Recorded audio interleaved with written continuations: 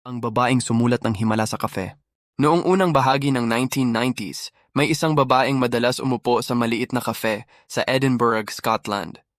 Hindi siya sikat, wala siyang pera. Minsan, isang tasa lang ng kape ang kaya niyang bilhin, at yun na ang ticket niya para makaupo ng matagal at magsulat. Ang pangalan niya, Joanne Kathleen Rowling. Sa panahong iyon, hiwalay siya sa asawa, may inaalaga ang sanggol, at umaasa sa tulong ng gobyerno para mabuhay. May mga araw na halos maubos na ang pag-asa niya, emotionally, financially, mentally. Pero may isang bagay siyang hawak-hawak, isang kwento sa utak niya tungkol sa isang batang lalaki na may salamin, may peklat sa noo, at may mahiwagang mundo na hindi pa nakikita ng mundo. Isang araw, habang nasa tren siya papuntang London, biglang pumasok sa isip niya ang ideya ni Harry Potter.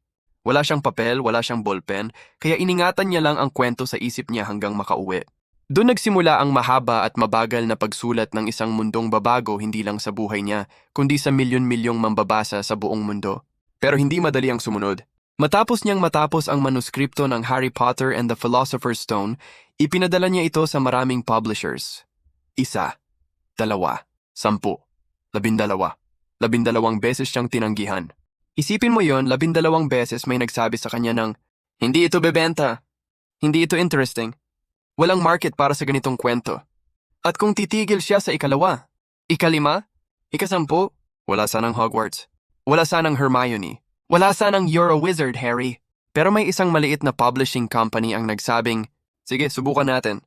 Ang nakakatawa pa? Ang unang print run ng libro ay 500 copies lang, at karamihan ay ipinamahagi sa libraries. Hindi bestseller, hindi viral, tahimik lang. Pero may nangyari.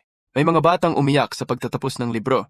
May mga magulang na nagbasa rin for curiosity pero natapos ang buong serye.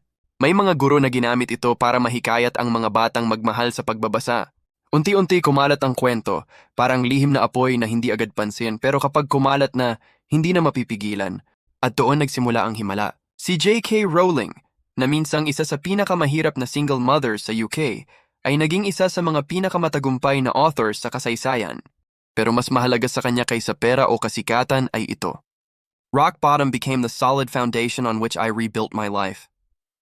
Sa madaling salita, ang pinakamababang punto ng buhay niya, iyon mismo ang naging pundasyon ng kanyang tagumpay.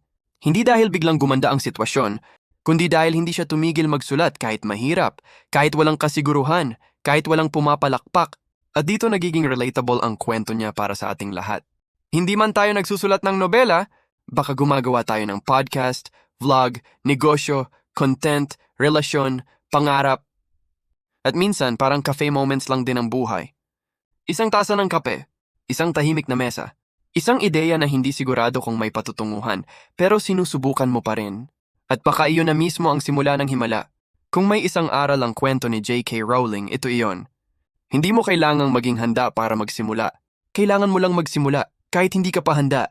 Dahil minsan, ang kwentong babago sa buhay mo at sa buhay ng iba ay nagsisimula lang sa isang pahina, sa isang ideya, sa isang hindi mo pa alam kung may patutunguhan. Pero tinuloy mo pa rin.